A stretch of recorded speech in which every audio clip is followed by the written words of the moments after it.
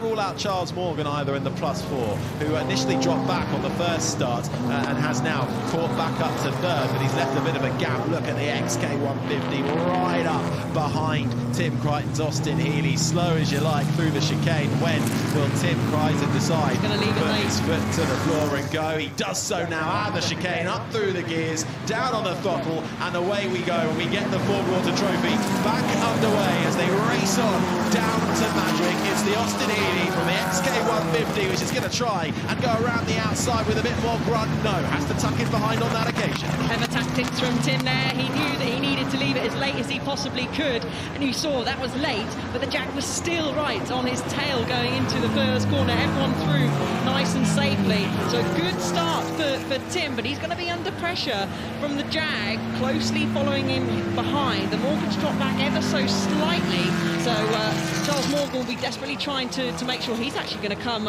under pressure from the Porsche 356 of Miles Poulton as they head through St Mary's for the first time in the restart. Jag maybe having a sniff in the second part of St Mary's. Your brakes go down the inside there, no room, thinks better of it as they head now the slightly uphill, then a flat approach into Lavant. Max Minzel further back in the Porsche 356, currently registering as in 4th place, has kicked off Miles Poulton and Barry behind, and is actually challenging the Morgan for 3rd at the moment. So Max Minzel having a wonderful race in that other Porsche 356A, but it is still the Austin that leads from the XK150, but just looks so much quicker in a straight line. There is this battle though between Morgan and Minzel. It is Morgan versus Porsche, and the Porsche is going to try and find a way down the inside as we go back to the lead of this race, and taking the lead away is the XK150, sweeps round the outside and takes the lead in the Fordwater Trophy away from Tim Crichton's Austin Healey. Will Crichton try and come back into the chicane, has a little look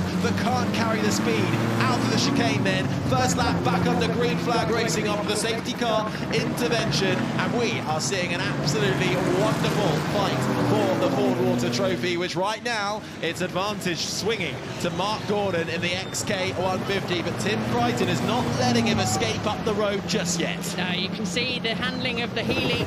Lighter is able to go through the corners slightly better, a bit better on the brakes. He's going to have a little look. He's going to be brave to go down the inside of the Fordwater, thinks better of it, but just the Jag has the legs. This is the XK150, which was the successor to the XK140. We do have an XK140 out on track as well, but you can just see he isn't quite able to get him into the corners from the straight. So a different tactic will need to be used by Tim Crichton. We're going to see the replay for the pass, and actually very brave stuff from Marc on the brakes. Was tried to brave it around the outside, a bit of a wiggle under the brakes from Tim in the Healey. Got it stopped, but very close, very good racing, and it's close for 3rd place as well. But it's even closer looking at our screens for 1st place again. You can't look away from this battle. The minute you do, they get closer again, and Crichton looks like he's desperately trying to find his way through. That Austin perhaps a little bit more nimble, but the XK150 with that bigger grunt just able to power away down the straights, but Crichton tucks in behind. You will get a little bit of help from a slipstream. The Morgan though for 3rd, Charles Morgan at the wheel, the +4 is still clinging on in a brilliant battle for 3rd with Max Minzel in the Porsche 356A. Had a little look, showed his nose, but isn't close enough. Is really, though, tucked in behind that Morgan. And then there comes another Porsche 356 of Robert Barry behind in 6th, who's made good progress from where he started. Miles Poulton has just fallen a little further back in another 356 down in 6th. Then comes the MG, the first MG8 twin. Kamaz back up front, though. Battle for the lead, change for the lead, is it? Tim Crichton back through on the XK150, almost out of nowhere. He is not giving this one without a fight. The Austin Healey gets back in front of the XK150 and starts to pull away. Did he catch Marc Gordon just a little bit by surprise? And the XK just falling back slightly, but that will spur him on even more now. Yeah, he had a very good last sector, did Tim Crichton, compared to Gordon in the Jag, but you can see they have the nose dives, they have a tap of the brake to get the front end in the second part of St Mary's. They're pretty much matched in this first sector, so it's hugely close. The speed trap up with the Jaguar, you can see into Lavant corner.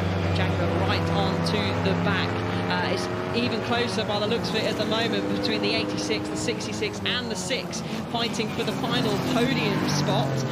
The Jag now will really stretch its legs. He'll put Crichton under pressure as he comes into Goodwood, a very tricky braking zone. He's going to have a look down the inside. Harry's going to be who's the bravest on the brakes, who's able to get the car stopped. It looks like it's Gordon. He gets it stopped, gets it in. Can he keep it on at the exit? He does, but Crichton, is he going to brave it to have a look? No. Defensive stuff from Gordon as they go into the chicane, gets slightly deep.